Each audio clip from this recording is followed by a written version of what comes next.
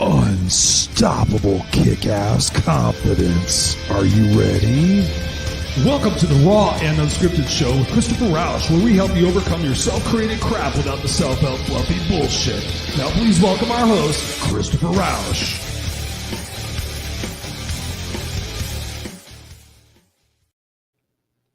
And please welcome our host, Christopher Rausch. What's going on, ladies and gentlemen, boys and girls? Hello, it is Tuesday night, 7 p.m. Pacific Standard Time, your place where we help you overcome your self-created crap without the self-help fluffy bullshit. What's going on, boys and girls? Thank you guys for being here, whether you're live or on the replay. We always appreciate you guys being here every single week here on the Raw and Unscripted show. We are on show number 181. Can you believe it? 181. We're on show number 181. I still remember to this day when I started the show, I was a guest on a podcast network that I'm no longer a part of. And the guy that hosted the podcast network and said that he knew about this podcast network, he was like, I need you to be a host on this. I'm like, no, I don't do podcasting. I did live radio shows and did all the other stuff. And he was like, no, you need to be a podcast host. I'm like, I'm not sure about that. And then I started and I actually was on his network for a while. And then boom, here I am. The Raw and Unscripted show by myself. Ladies and gentlemen, what's up? Appreciate you guys all being here. What's up? Tara Marney is in the house. Tara, thank you so much for being here, darling. I appreciate you so much. You have no idea.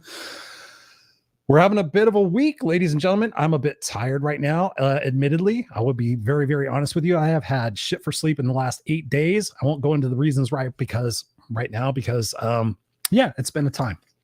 So every time we go through times, we get stronger, and we know that what doesn't kill us only makes us stronger. The tattoo right on my forehead, the forearm that I was telling you guys about before. So if you guys listen on the podcast, it says, what doesn't kill me only makes me stronger on my forearm. And it's been a week. So we're excited to be here with you tonight because tonight we have an amazing guest who has an incredible story.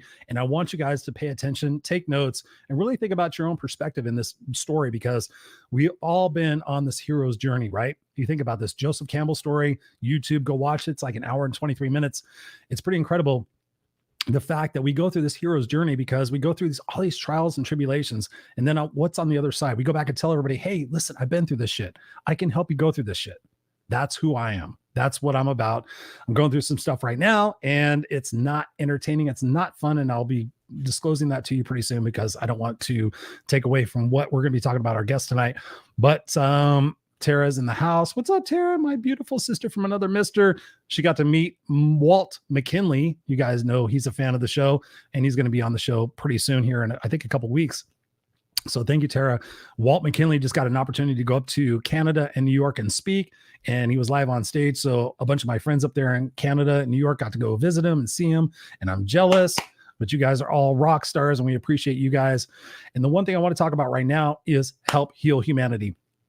As you guys know, I'm on the board of directors for Help Heal Humanity, and it's been pretty incredible. The journey that I've been on with this organization, Serena Buffalino, has been an instrumental part in my life, like redirecting the fact that, all of us have an opportunity to play in the world and what we can do to make the world a better place. And Help Heal Humanity is an organization that she charged and she started with the fact that, it's pretty incredible what we can do to make a difference in people's lives. And what she did is she went to Haiti, the country of Haiti, and she built a school in the roughest part of the area. And not only that, but she's sending kids to school. And not only that, she's feeding them. And so she invited me to become a board member on the USA board. And it was pretty incredible because the fact that, when I said I could be a part of what it is that you're doing and the part of the impact that you're having, and the fact that nobody takes a paycheck, you think about all the different things and the different experiences that we donate to. We wonder, does it go to the person that has 18 bathrooms and 17 cars, or does it go to the organization that actually helps people? And the Help Heal Humanity organization actually goes to help people actually do things. So we are not only sending kids to school, but we are actually feeding them in the process. And if you watch the headlines anytime recently, you know that Haiti is going through an unprecedented time of destruction, implosion, and everything else. But still, we are sending kids to school. We are feeding kids to go to school in Haiti, in one of the roughest parts. And I get people asking me all the time, like, Chris, well, there's stuff in here in the United States. I'm like, Yeah, here in the United States, we have opportunities, we have resources, we have things that we could do to actually make things different. In Haiti, they have nothing. So, ladies and gentlemen, if you get value, when you get value out of the show, I ask you to go to helphealhumanity.org and do something to make a difference. Whether it's $5, $25, whether you want to volunteer and do a fundraising event, whether you want to be a part of the board of directors, whatever it might be, go do this. Because I can assure you, when you go and serve and you do things for other people, it's incredible what it is that you get on the other side. It's true. It's true. I can tell you that. We got Robert Brooker in the house. He says, good evening, Christopher. He says, I could have showed up, but that would be in a vehicle uninsured and with an expired driver's license. Okay. You got it, brother. You got it. So thank you guys all for being here, whether you're live or on the replay. We appreciate you guys. And most of all, from this conversation tonight, please take notes. Please take notes. Please write down things, because this is the reason why I do this. I do not do this for advertisers. There's no advertisers. I don't do this to get paid. I do this because I want to interview people every single week or share my own experience that you can apply in your life so that you change what it is that's going on in your life to make it better. Because when you make your life better, you make other people's lives better. And when other people make their lives better, the other people make their lives better, and it feeds out. Right now in the world, don't have to, if you watch the news, you have no shortage of things to find out that shit is bad. You can sit there and think Russia's going to nuke the United States and we're going to be dead in 20 minutes. Well, guess what? If we are, then so be it. So live your 20 minutes right now with the best intentions. With the best intentions. That's what we're going to do. And that's what we're doing every single day, every single part of the week that we're doing the Raw&Unscripted show, is we are living our best life. No matter how uncomfortable, no matter how tragic, no matter how troublesome it is, we continue to be unstoppable. Are you unstoppable? Or are you sitting there going, man, shit sucks? Guys, shit's always going to suck. It's a matter of what it is that we decide to do in those moments when it sucks that really determines what it is that's going to happen down the road.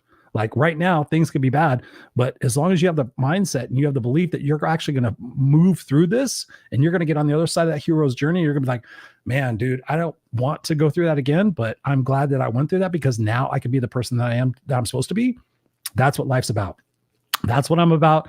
And that's what I appreciate you guys all being here for you and supporting the Raw&Unscripted show. I appreciate you guys so much. And yeah, we're going to have a great show. I'm not feeling my best, so I'm just going to be upfront and honest with you. We're going to get through this and we're going to have a good time. So tonight, my guest is an amazing person. We've developed a friendship over social media. Imagine that. We've developed a appreciation for one's experiences that we've all been through. And so tonight, his experiences are going to be shadowed and told in this particular interview. And what I want you guys to get from this is the fact that we can all take the tough things and the challenging things from our life, and we can implement them in our life and sit there and say, you know what? I don't have to go through all of it, because I think we all have to go through our own hero's journey. But we can also choose to say, you know what? I'm going to take a couple of hints of what that guy did, and I'm not going to go through that. And I'm going to sit there and implement it in my life right now. And that's what I want you guys to do. So whatever note-taking app you take, whether it's handwritten notes or whether it's on a phone or whatever else, just go do that, because tonight's conversation is going to be amazing. I appreciate you guys all for being here. And with that, we're going to introduce my guest, Mr. Frank Soonius. Frank, what's going on, brother? Welcome to the Raw&Unscripted show, man. I appreciate you for being here. And you are coming at this show at 4:00 in the morning from the Netherlands. Is that correct? That's correct. But we are finished because you spoke and you told my words. So I can go back to bed and you can go have a rest too. No, you cannot go to bed. No, you cannot, brother. You cannot. I appreciate you so much for getting up at 4:00 in the morning. Ladies and gentlemen, this guy deserves a round of applause. 4:00 in the morning in the Netherlands, in Amsterdam. What's going on, Frank? It's such a good opportunity to meet you. We have had so many conversations on social media over the last couple of years, I think. I don't go back and track that. You and I have been connected. What brings you to the Raw&Unscripted show today? Well, I met you. I followed you. I saw you on social media, and I thought, he's speaking my language, just like you said. And when you speak, when you find people like that, well, what's stopping us? You know, then you have to connect and really connect. And one day we will really connect. And here we are. And here we are. Here we are. It's October 18th. I have to remember that. 19 for me. I'm in the future. So you're in the future. Oh my God. You're like Back to the Future. You're like, yeah. So thank you for joining me so early in the morning. It's a pleasure. It's a pleasure. We got Jock in the house. He says, "What up, peeps?" Look at him like talking to gangster right there. So thank you for being here, brother. So I know you have been to hell and back. I have read your story. I've researched you a little bit. So I want to talk about the fact that what have you learned about the first question I have for you tonight is what have you learned about yourself in the last couple of years? Because the pandemic has been hell all across the globe. What have you learned about yourself in the last couple of years? Well, Christopher, was a really good question from the start. 2 years ago, when I went on Clubhouse, I thought I was ready. I was fired up. I did the training with Annie Arrington, Les Brown, Nick Vujicic, and I thought, I'm there. I've got the book. I know what I'm going to talk about. I knew it all. Guess what? I knew nothing. Yeah. I knew nothing because 2 years Clubhouse. Of course, I had my puzzle pieces. The puzzle pieces are in the book. But to explain the puzzle pieces, I had to go to Clubhouse and get Clubhouse. Yeah, that's where we met, right? Yeah, that's where we met. And there I heard so many people telling my story in a different way. So I can explain my puzzle pieces coming together in an easier way. So I'm so grateful for the amazing people, and you're one of them, who I met on Clubhouse. Why I can explain my book 5 times, 10 times better than if I was going into the world and speak on events, because, oh my God, I would have made so many mistakes. And now I will still make mistakes, but a little bit less. So, don't we all? Yeah. I mean, right? And there are there actually, this is a question for you. Are they really mistakes or are they learning opportunities? Because when you think about your life, and I know your life, I want to talk about this for a second. Do you believe that mistakes are really learning lessons, or do you think they're really mistakes? No, they're really learning lessons because you didn't know. Otherwise, you didn't make that mistake. So you have to go through it. So that's right. all. Yeah. So I want to dig into your story because your story is amazing and the things that you've done in your life are amazing. So talk to us about a low point in your life where you were at your lowest, but you learned the most. Talk about that. Oh, there are many, and as you say, but who's counting? So many people have similar things. Well, Lord knows, I know I have a few. Yeah, and I hope other people don't have so much, but I don't know. I'm not other people, but my lowest point was I'm going straight into it. When you wake up, you're strapped to a table in a suicide cell, and somebody is telling you that you're going for life in prison. I think that's reasonable. Life in prison? Life in prison. I don't want to gloss over that part because you kind of went life in prison. So I just want to make sure we heard that. So you're strapped to a suicide table, life in prison. Go on. Sorry. And then you think, you don't think anymore. There is nothing to think anymore because, you think, wait a minute. My book is called Trapped in a Dream. So I thought, please wake up. It's time to wake up. You have to wake up now. But then you finally found out that it's all real. That's all that is so strange. And I think how much I'm going to talk about this. But 2 years before that, I spoke with a guy in a methadone program. I did a methadone program in Amsterdam. I'm studying drug users, and I'm asking, how come? Why do we use 10 years already methadone? Why? And this guy, he tried to do still a good job, how he looks like, but he looked like shit. And I thought, what's happening with this guy? And I thought always drug users, when I see them in Amsterdam, and we've got them a lot because we are a free country. Sure. So there are a lot of people here using, illegally drugs. And this guy tells me in 5 minutes time that he once was the second highest man in the financial world in Holland, making $1 million a year. sitting in his Wow. tent in Spain, seeing his beautiful wife and 4 children walk away, and asking him, "Daddy, you want an ice cream?" And he says, "Yeah, give me 2 balls." And then the gasoline car comes into the corner and explodes. No way. And 286 people died in 90 seconds in the camping. And in his front of his eyes, 4 beautiful children and wife, there was nothing anymore. And when somebody tells you this, in 5 minutes, I was in shock. Because, I was in my winning season. I was doing well in the basketball. And, I was looking at the drug users like, no backbone user, losers. You had an arrogance about it, right? Who's that? You had an arrogance. You were going to go in and fix these people, right? Yeah. Yeah. And then you got trapped within it? Oh, my God. I thought, oh, my God, what can I do for this guy, Because who can handle this? Who can handle this? How do you get that view out of your head? True. One day. How? It's not possible. It is not possible. He did everything. And then he tells story in 1 hour, he tells me what he all did to not go crazy. But he didn't. He didn't make it. And guess what? 2 years later, I wake up. Strapped with Susan, looking at a life in prison. So what can happen in 2 years? But why were you looking at life in prison? Because as I remember what I researched, it wasn't that big of a thing. So why were you looking at life in prison? But it was to scare me probably. Okay. In the end, I only get 13 years, but that's still a long time. But they didn't give me life, but the charge was life in prison because Australia is not keen on drugs. So, No. they are really harsh. And I think that's also stupid.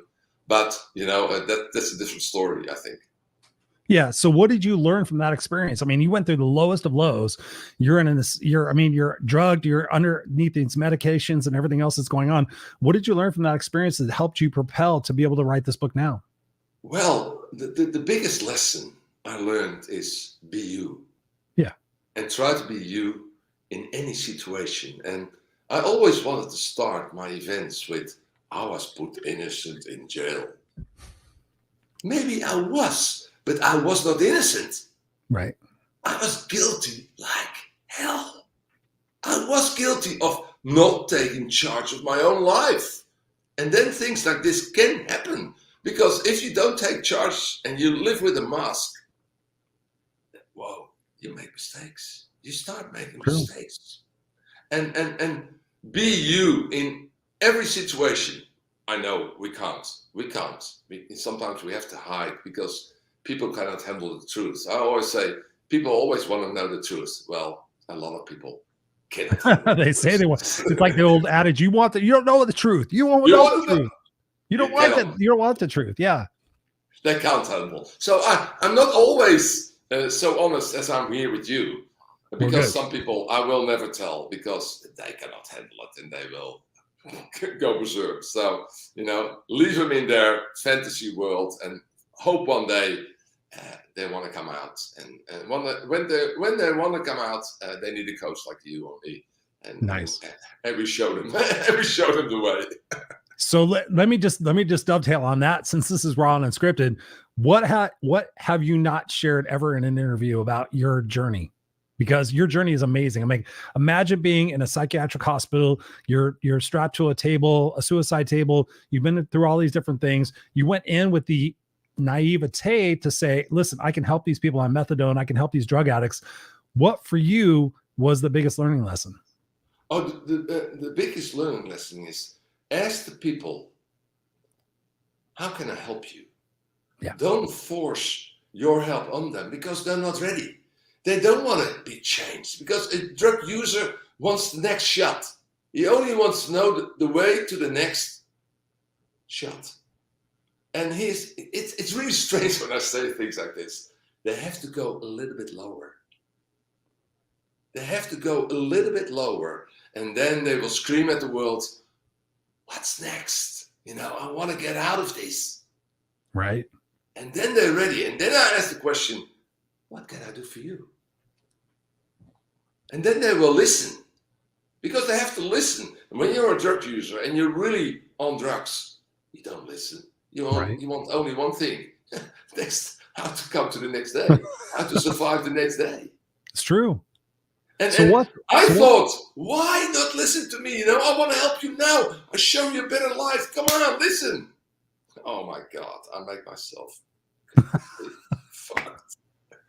So how did you get wrapped up into that, thinking that you were going to go in there and save these people? And then how did you get out of it? Because I mean, you were literally strapped to a table. They put you on a bunch of drugs that you did not want to be on. How did you get out of that cyclone of insanity? Well, in Holland, I was already put on medication. I was taken off the program. They said, Frank, go on sick leave. Here's money. But then there was something in like me. Oh my God, I can hear my father saying, oh, you say you're so useless. You see, you cannot even do this. So I went back. I thought, I'm going to fix this. I'm going to do this. They have to listen. Listen. Right. They call it dissociation. And there's a lot of, in the psychiatric world, there's a lot, in my trial, there were 3 psychiatrists. And one of the psychiatrists said, I treated Mrs. Soonius. I didn't see dissociation, but he had a major depressive illness, and that's probably the cause of his dissociation. And then the others, they were all fighting. One was paid by the prosecution, one was paid by the defense. So they all had a different opinion, and the jury was thinking, "What the fuck? What's going on? Dissociation? Right. Oh my God!" But in the books, when you're major depressed, you probably go into dissociation. And then somebody comes, no. I don't go with my colleagues. I think you're not going into dissociation. But in the books, it said it's commonly known that you go into dissociation. So the jury, after 2 weeks hearing all those shit, and I'm also 2 weeks trial. Wow. And 2 weeks trial, and then the jury came out, and they said, "Oh no, we're not going to put this guy for life in prison. What did he do? What did he do? Come on. Life in prison. What did you do? I mean, from what I understood, I was. I looked at, I was so stupid. My suitcase didn't come out of the plane. I waited for my suitcase a long time, but it didn't come. Everybody had a suitcase, and I walked to the customs, and I said, "Where's my suitcase?" Right. And then the belts start running again. And there is a broken suitcase, clothes out, on the belt, everything else. And somebody said, "Frank, don't touch this. This is not good. Call the guy from customs." And to make the long story short, they found 6 kilos of ecstasy. And they asked me, Frank, they are there. And the funny part is, Christopher, till now, 26 years later, I never saw one tablet. Wow. I never saw one tablet. So was it planted? Yeah, I know now. I'm not allowed to go over that because it all came out. It all came out in the end. So I didn't do the 11 years. I did 4 years and 3 months, and then everything was sorted out. But still, you go to the customs, give your broken suitcase, and there. Oh my God, there is so much about customs, corrupt police. I can write a different book because everything is in the book. Yeah. But it's not the whole truth. Because I'm not allowed to tell the whole truth. And that's the sad part. You're not allowed to tell the whole truth. Otherwise, so many people get in trouble. So, it costed me 2 years to edit this book because it had to go to so many legal things, and so many people were not happy with the things that in the book. And so let me ask you this, Frank. What inspired you to write the book, knowing that you were going to have to go through all these hurdles? Oh, that's one of the questions I love the most. When I came back from my ideal, when I was let out, and it was also in an instantly, because the Sydney Olympics were starting on the 9th of August 2000. And they had to close the air space. And there was a call on the intercom. And they said, Mr. Soonius, pack your stuff. You're moving. So you're standing with your little box with everything in it. And you stand at the door. The door opens and you think, oh, what's next? What's the next cell or what's the next prison? They ship you around and throw you around and you go everywhere. It's a crazy, crazy world. And you see murders and you see people get killed for nothing, for a cigarette, or, it's a crazy world. But that's also for another story. There was a big blonde woman, beautiful woman, standing in front of mine. And she said, oh, Frank, I'm going to miss you. I said, which jail I'm going next? Well, you're not going to jail anymore. You're going home. I said, ha, ha, ha, ha, ha. Funny, funny story. She said, give me a hug. I said, what do you mean, give me a hug? She said, sign this paper and get the hell out of here. Wow. And I was in shock, Still, when I tell this, I get shivers everywhere. And I had to go in 2 hours to the airport. Otherwise, the plane was gone and I had to stay because the Olympics were starting at Sydney. So they brought me really quickly to the airport. And I'm going to tell this story, and I don't know if it's true or not. But I came inside the plane, and it was quiet. Everybody was quiet, so probably they told something. Your first time out for how many years? 4 years and 3 months. 4 years, 3 months. Yeah. You're now exited from jail. You're given a free pass. You're on a plane now. Okay, go ahead. And then the stewards probably told, we are waiting for one more guest. And probably they told something different because I still had a shirt with 266926. Are you kidding me? They left you with a prison shirt? They let you walk out of prison with a fucking prison shirt? I was in shock. But I didn't even notice because it went all so quickly. And they had checked in a suitcase under the name O'Brien. An Irish guy, he gave a suitcase, a big brown suitcase. They put all the stuff I still had, and I had no passport because it was disappeared. I had no papers, I had nothing. So they dropped me on that plane.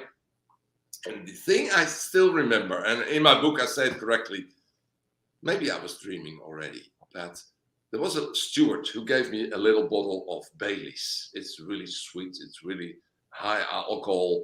And she said, have a drink and sit there and have a good sleep. And, we have to go. We have to go into the air because otherwise it closes and we cannot go up. So, sit there. And then a young little girl walks around and says straight up, are you a prisoner? Oh my God. Like, no, it's a Halloween costume. Yeah. It's August. Yeah. And before I could answer, her mother says, yeah, but they had the wrong one, and now they let them out. Wow. And this girl said, oh, they should not have done that. Have a sleep. Have a sleep. All will be all right. And I'm still thinking, was that real, or was I already under the influence of that little bottle of alcohol they gave me? But, it's the thing I still remember from that rushing to the airport and you're free, and you still have 7 years to go. So you look and think, am I dreaming?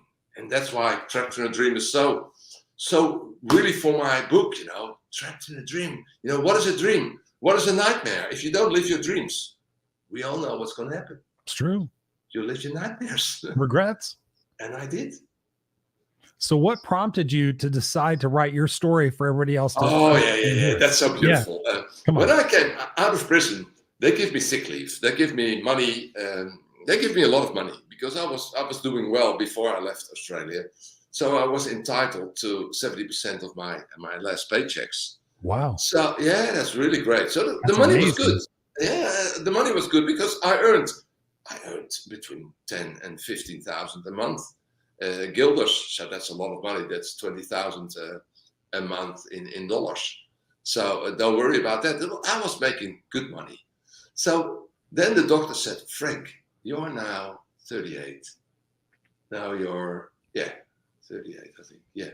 And he said, listen, go and find something to do. for the rest of your life till your pension. You have enough money to do something, but find yourself, get out of the shit. Try to clear your head. Try to get out of all the things you have seen. Get it out there. And I thought, okay. So I was walking in a grocery to the shopping center. And then I heard my name. Frank, is that you? And I looked around, and there was a beautiful girl. And I said, who are you? She said, I'm Susanna. I said, Susanna, please help me, please help me. She said, you trained me at the tennis court. Wow. I was that one girl who could not play tennis. Okay, yeah, maybe. You're trying to remember back, right? Which one, but right. you know Which what one? You know what you did, Frank? You made me your assistant. Every Wednesday, I was your assistant, and I couldn't even hold the racket correctly. I was so useless, but you made me an assistant, and that's why I became the person I am today. I'm in a law firm. I get so much confidence of you making me your assistant, and I could not even hold the racket. Wow.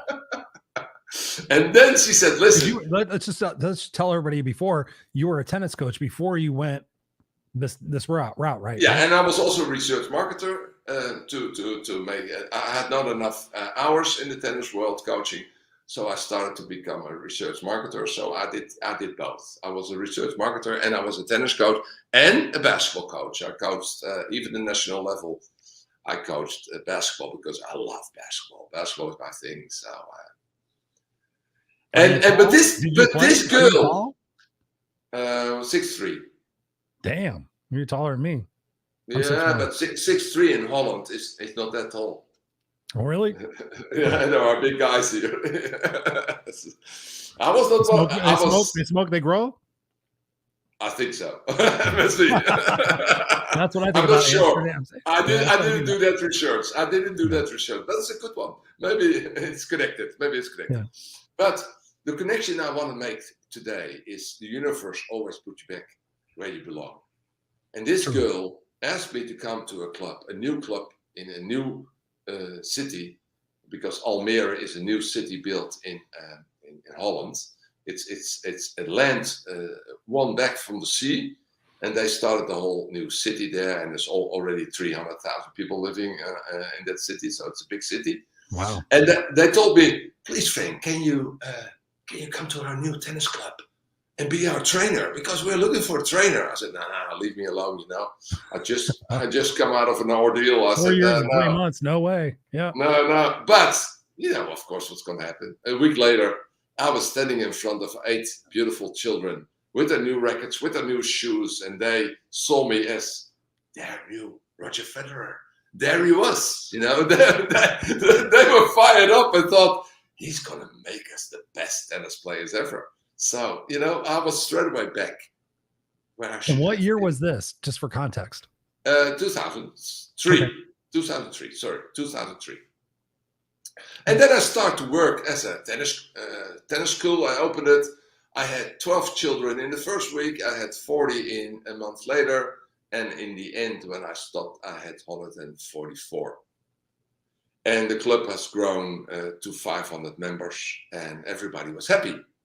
But of course, that's normal life. Then jealousies start to kick in. Mm-hmm. People don't like you being the guy, the joyful guy in the club. So they start, and somebody found out that about your past. Yeah. Okay. And then it hits in. But before that, I was already sitting on a Sunday morning, and you're going to love this story, in my beautiful wooden house in the woods, because I had a beautiful small bungalow in the woods, and there I found myself again, and I had money, I was doing what I loved, so everything was fine. And on a Sunday morning, I was tired, and I watched some TV, and there was a program called The Hour of Power. A Christianity program of Bobby Schuller. Yep, I remember that. Beautiful program. And there was a guy. I heard about it. And there was a guy with no arms and legs on the television. Nick. Nick Vujicic. Yep. And Nick was sitting there and telling his story. And I was coming out of my chair, sitting on the front of the TV. I thought, what the hell? Look at this guy, But then he said something that hit me straight away. He said, What was that? hey, my friends who are watching, if you have a story to tell the world that can change lives, it's your moral obligation. Get off your ass and tell your story. And I thought, no, Not me. not me. Not today. Not today, because I had a good life. I was doing tennis lessons. I had, everything was going well. And why should I step over my boundaries again? I was where I belonged to be. I was Safe. born to be a coach. Yeah. Yep. But 24 hours later, of course, I was tossing and turning in bed. I thought, he's talking about me. He's talking about me. And on the back, you can see that Nick Vujicic, it's the blame of Nick Vujicic.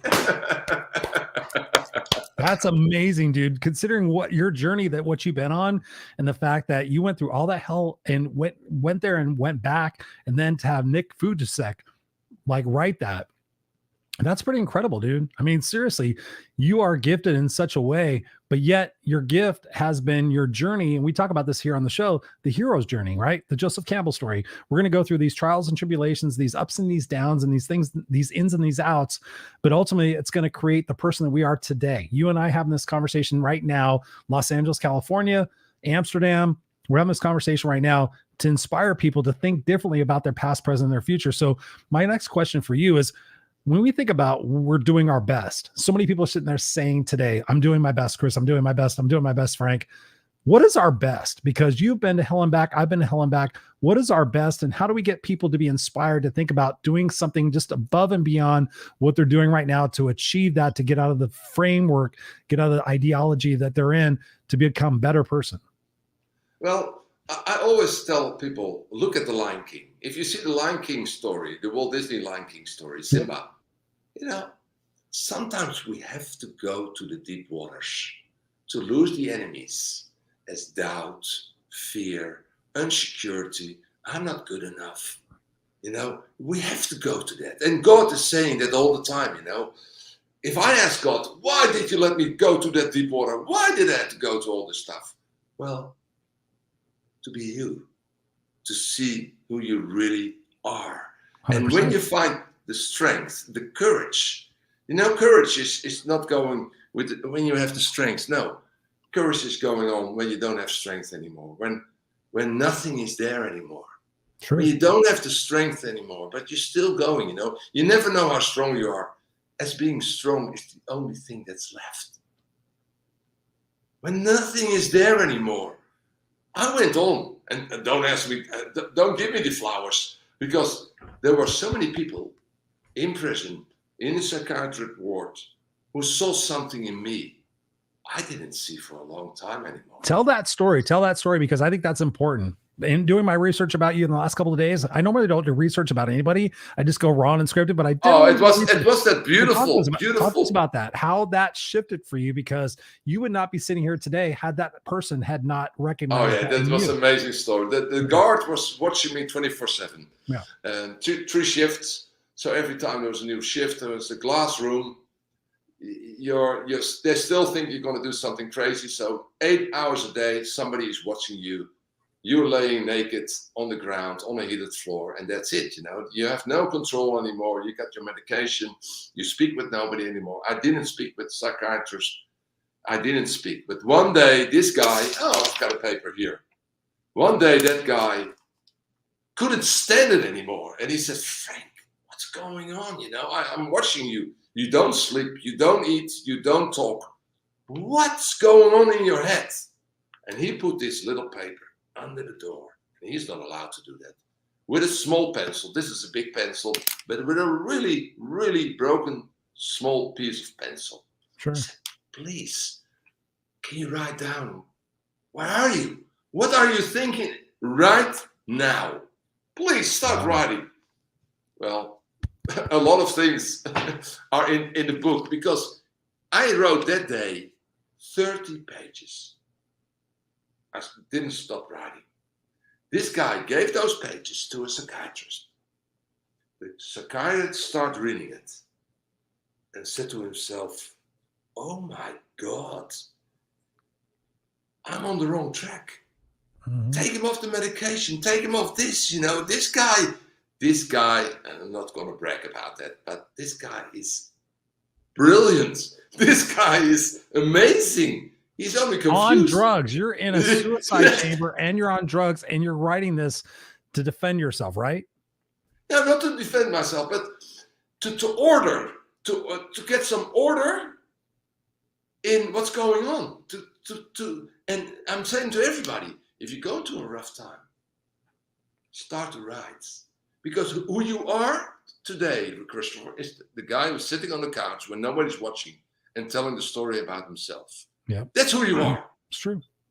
That's who you are. And also your dreams. You're telling all the time yourself, I'm going to do this, I'm going to do this, I'm going to be that person, I'm going to be on that stage. Look at me. Yeah. Not in that moment. It will never happen. It will never happen if you don't do it. Well, you tell it yourself. But you have to go out and to do it.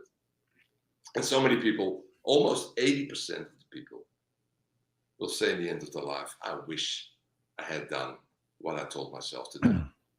80%, Christopher. Probably more than that, dude. I've read the book, The 5 Regrets of the Dying. Have you ever read that book, The 5 Regrets of the Dying? Yeah.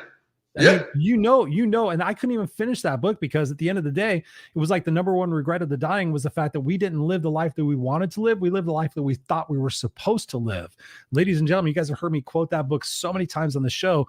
That's a fact. And so you're in that position, you're in this cell, you're writing this stuff, and now you're here in front of me today. What can we say to people to really inspire them? And given the chaos going around the world, wherever we're at, wherever the world is at for us right now, I'm in the United States, you're in the Netherlands, people are in France, Germany, Japan, China, all over the place with this podcast. What can we tell people today to sit there and get them to recognize that they are more powerful than they really truly think that they are? Just like because that's what you went through. Yeah, that's exactly. We're all unique. We all have that part of the connection.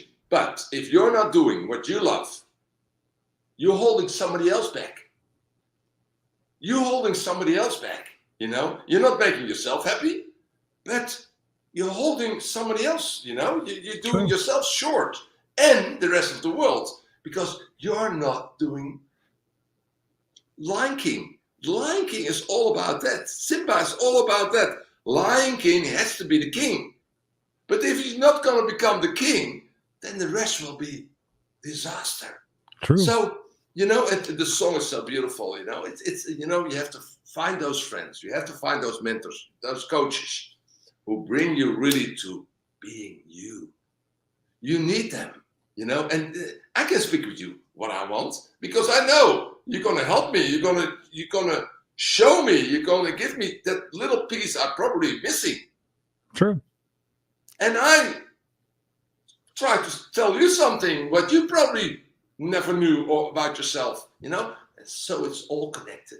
So when you do what you love and you're happy, the rest around you are going to be happy a little bit more. And they can go on from there and there and there. And just what you say, be the gift you were always meant to be.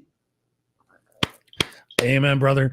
So when I think about this, I'm writing my life story right now. Many people know this that watch the show. I've been writing my life story for the last couple of years, and it's a mind fuck in the very slightest attempt to say what it is. It is challenging to sit there and go revisit your past and really get into details. It's one thing for me to say, hey, I was a homeless 7th grade dropout. I lived in the backseat of a station wagon, my whole routine. It's another thing to go back there and revisit the things in detail. How was that for you in writing this book? Like really getting raw and real with yourself and really being transparent and vulnerable to say, this is the shit I went through. How was that for you? And how did you get through that part? I hate it. I hated every minute of writing this book. Amen, brother. I hate it. And so many times I threw I cannot show you now, but there is a little cabin with all those small papers. I journaled for 26 years. I journaled. And out of that journal chaos, I wrote this book. Yeah. But many times I thought, no, I'm not going there anymore. No. And I walked into the woods, crying my eyes out, screaming, no, I don't want to do this. I don't want to talk about this. Who can handle this? Nobody can handle this. I couldn't handle it, so why will I give it to somebody else? Sure. It's your moral obligation. And if you make it not your life story anymore, because this book's not about me. This book's not about me. Not at all. But it's the book, the guide for all the other people who are swimming in that water, who are thinking, am I going to drown? No, you're not going to drown. You will survive. You will survive. But sometimes, just as you said, sometimes some people are a little bit less lucky. They found the right mentor on the right time and the right coach on the right time, and they start to listen, because listening is also really important, because there are so stubborn people sitting one here who never listened and thought, oh, I have to do it myself. I have to do it myself. Well, start to listen. Yeah. Start really listening. And when I start listening to that guard who said, put everything on paper, my friend, and get some control. Because he saw that I was only confused. And he was right. I was completely off my planet. But I had to connect the dots again. Yeah. And when you can connect the dots, the more dots you can connect, the easier life becomes. Frank. Okay, so here's the twist. I want to give everybody the twist, because I don't think you were expecting this.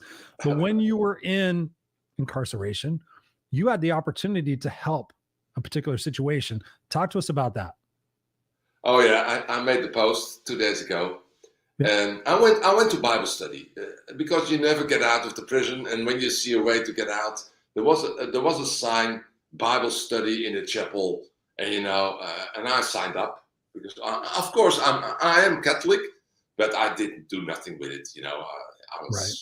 I was blaming God. I was blaming the whole world. So God was why God, fuck off. I had enough. I had enough. Yep. But then you were called. Yeah, I was called, and there were some beautiful guys sitting of Prisoners Fellowship. They were beautiful, beautiful men who had so much knowledge and so much insights, and they took the Bible and they took 1 or 3 words out of the Bible, and we talked for hours. That word, and oh my God, I loved it. It's all written. What's going to happen? It's all written already so long ago. All the good stuff is already there. And then there was another prisoner who told me he saw the change in me. He saw me changing. He saw me fired up, getting energy every Sunday. And he thought, what's going on there? And he said, can I come with you? I said, of course you can come with me. And he went with me. I didn't know where he was in for. I didn't know, because if I had known, I was doing probably life in prison now, because I should have killed the bastard. But I didn't know then, and I'm so lucky that I didn't do, because I should have done something terrible to him.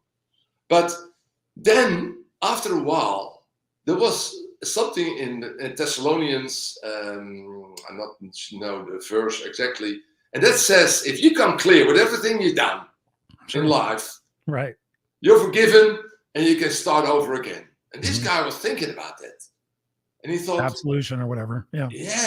I want to talk with Frank about this. And he said, Frank, if you go out of this jail, you're free, because people are not going to arrest you. They're going to believe you, or they're not going to believe you that you didn't do.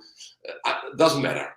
But if I come out of jail, I will never be forgiven. I said, of course you are. Just like me. If you confess everything, He said, no, Frank, that's not true. I said, what can be worse than... And you had no idea, right? No. Okay. But then I knew. He was in there for 16 years doing child abuse with 60 children. 60 young children. And the youngest was 2 years old. Yeah. And then I wanted to bash his head in. So, I had to do a lot of counseling, a lot of psychiatric work. But then the guy from Prisoners Fellowship said, Frank, we talk with you. And we don't know where you're in for. So give Michael a chance. I said, no way! I'm going to fucking kill this guy. I'm not going to give him a chance. Right. But then the message comes in that, You have to give somebody a chance to tell. Sure. So I was fucking hating it every second of the day. I can't imagine. But then one day he came in. He said, Frank, one day I picked up a girl at a bus stop, 9 years old, winter night. She was waiting there with a toothbrush to go to a sleepover party. I took her with me. I gave her a bottle with 2 sleeping tablets. I brought her to the shed, and I did horrible things with her. Fuck! At that moment, dude, I threw him out of the cell. And I can't imagine. I wanted to really kill the guy. But, you know, they saw it on the cameras that there was pushing and shoving going on. So the guards came running. I was put again on suicide watch because I was so fired up again. And then the psychiatrist comes and said, Frank, what's going on? You know, you were doing so well. Yeah. I said, well, this guy just told me this story. They said, Frank, Michael's complete loss. I thought, what? Are you gonna what? Are you gonna justify this? Fuck me dead. Are you serious? Are you serious? And then I was taken out of that cell and brought to a police station. I said, why must I go to a police station? I'm doing already my time. They said, well, some people come to interview you. I said, oh, about what? I said, about Michael the Guider. I said, well, Michael told me this, blah, blah, blah, blah. So they went to the shed. They found clipping books with missing children. They found 6,000 photographs. Wow.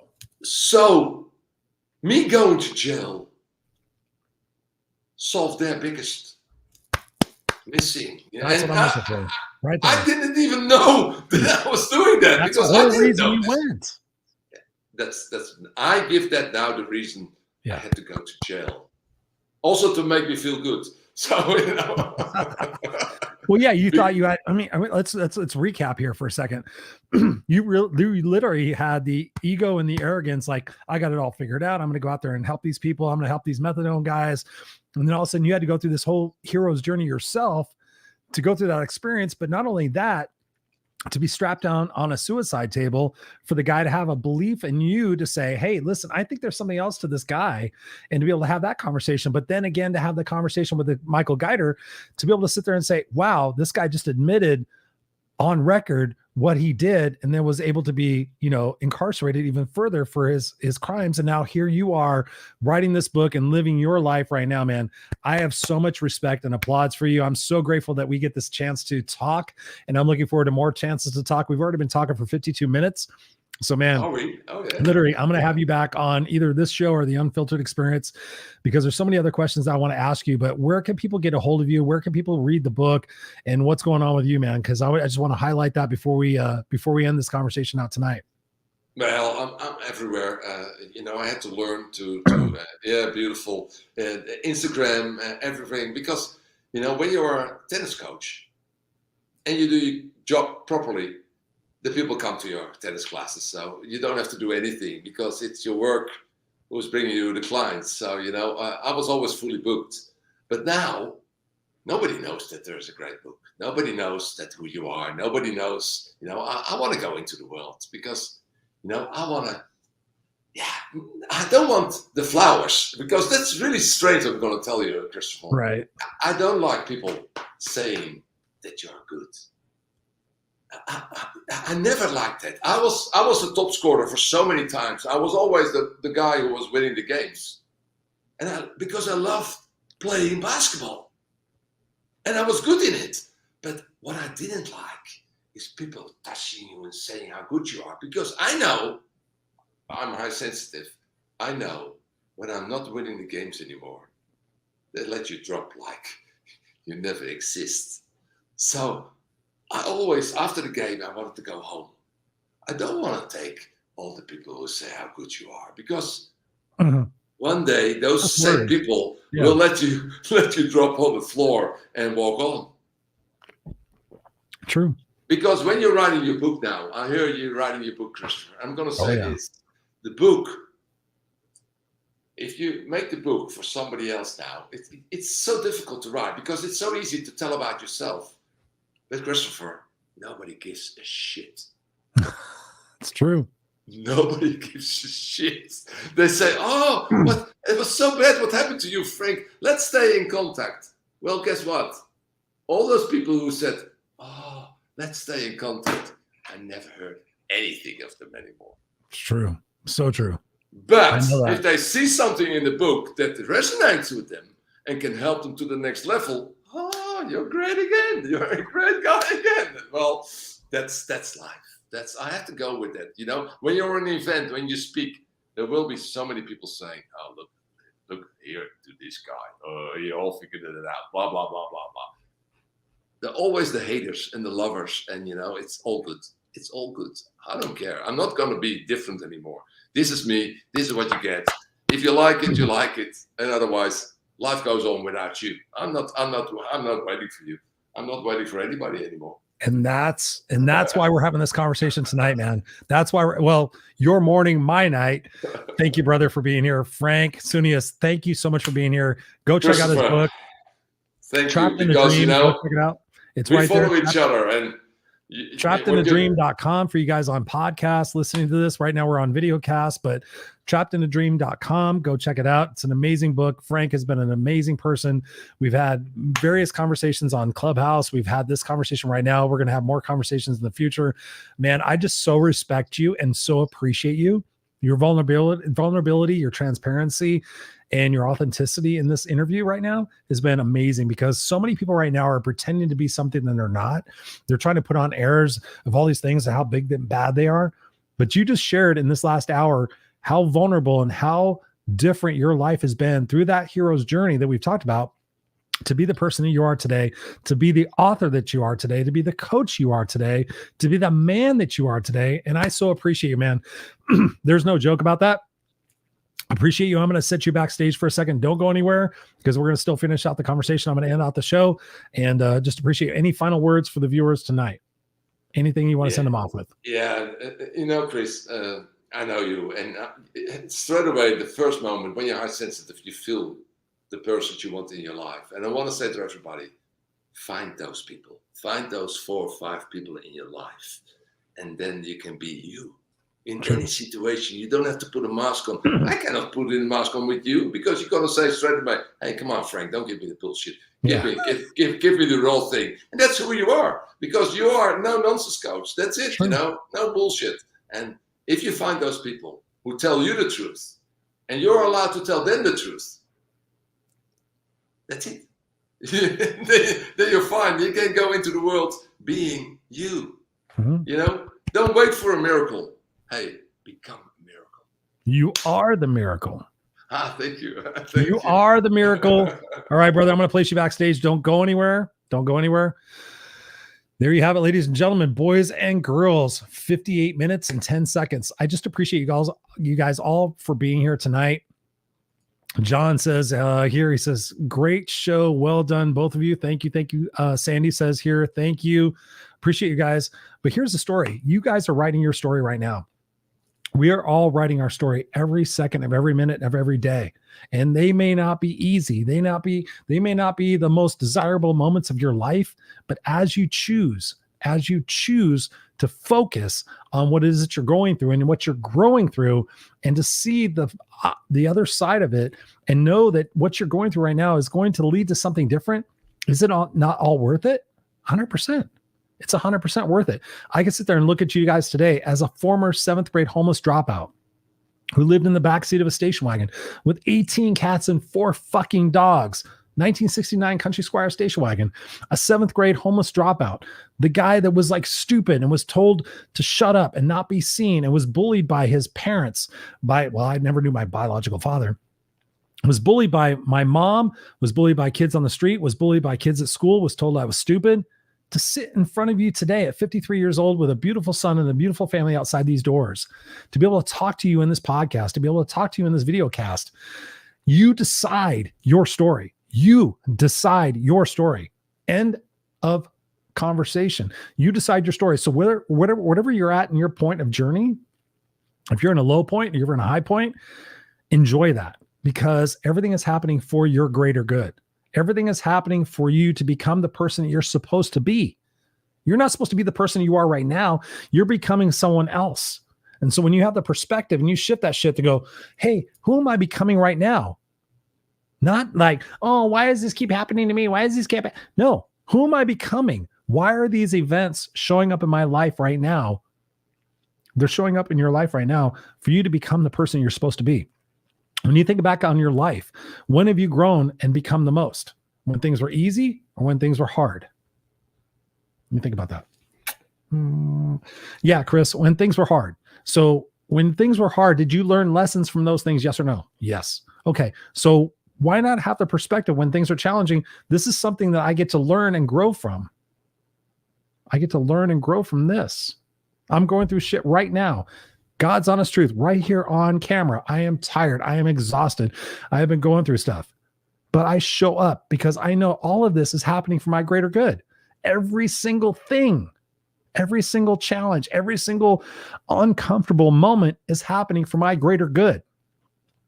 What is happening for your greater good? Whatever challenges you're in right now, you asked for them. You asked for them because you know you can overcome them. Think back upon your life. When have you not overcome all of the things that have happened in your life? 100%. You've overcome them. You are here today listening to this, watching this, together with me, together with Frank. You have to decide. You have to decide. Am I willing to step up and to go the next distance? Am I willing to step up and do more than anybody else is doing to achieve more than anybody else has? Am I willing to do that? Yeah, I guess I am. Am I? Are you? Are you watching this to be entertained? I hope not. I hope that you took notes. I hope that you decided for yourself that, hey, listen, you know what? From this conversation with Frank and Chris, this is what I'm going to do. This is what I'm going to go apply in my life. This is raw shit, guys. Raw and unscripted. This is life. Go live your life. Go be excited about it because guess what? I just found out another internet friend. I never knew him, never met him personally, just passed away. Woke up, died, had a heart attack. Didn't take care of himself. He's dead. That could be for me. That could be for you. That could be for anybody. Enjoy your moments. Go out there and live your life right now. This is a gift. Everything we get to experience is a gift. You think it's all bullshit. Like, why does it? No, you're breathing. You're breathing right now. You're living right now. Why would you look at anything else but the gratitude for this experience? You still breathe on your own. You still shit on your own. You still wipe your ass on your own. You still sneeze on your own. You still get to say hi, I love you to your friends and your family. That's pretty amazing. Gratitude, ladies and gentlemen, gratitude is most important in your part of your life. Be grateful for the ups and the downs. Go watch The Hero's Journey, Joseph Campbell's story on YouTube. I guarantee you, go watch that. It's an hour and 23 minutes. You will see the trajectory of your life. Go live it. It's not going to be easy. It's going to be hard. It's going to be challenging. But at the end of the day, is it going to be worth it? 100%. I love you guys. Connect with Frank, connect with us. Be back here next week. We got another amazing show. I'm not sure who's up next week. Who's up next week? Let's just see. Shall we do that? Let's see who's next week. Who is next week? I should probably do a better job of telling you guys that. Next week, we have Joe D. Bear. Joe D is amazing. You got to go check her out. She's going to be here next Tuesday, 7 p.m. Pacific Standard Time.